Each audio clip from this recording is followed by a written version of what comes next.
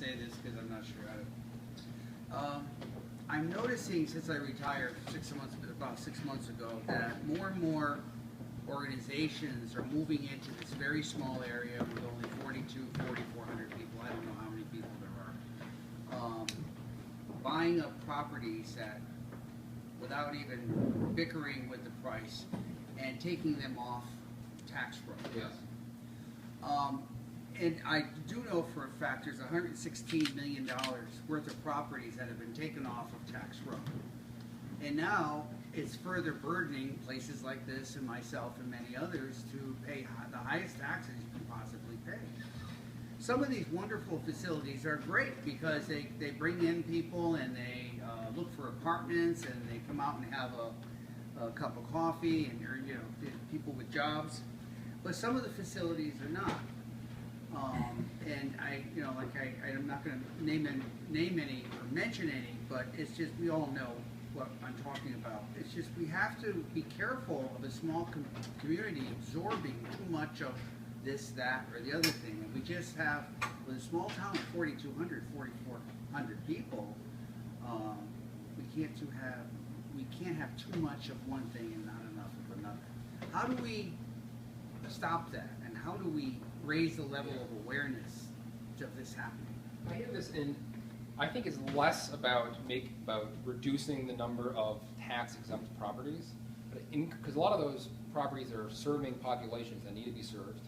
There's a lot of them are, I think you could do some work on some of the religious institutions, but a lot of these properties which are serving people who need to be served and are performing important community services. I think the solution is to increase the number of tax-eligible properties through keeping young people in our communities. When you're attracting businesses, it's attracting growth in the area will be a part of that. And I think if you have some of these, let's say, mental health or other facilities, if you don't have them, for example, it could actually reduce the quality of living in the community, which then could drive other people away. And I see this it goes even beyond some of the tax rolls. A lot of the local EMT and fire departments are complaining because they can't find the volunteers. People like my age who should be out volunteering in the fire department and who aren't. And it's a huge problem in parts of this community. There are towns who actually are now thinking about privatizing their ambulance service because they don't have enough volunteers. And that is the community's doing a great job of attracting a lot of people, but a lot of them aren't living here full time. So while they're not going to be able to volunteer on the fire department or volunteer on the ambulance corps.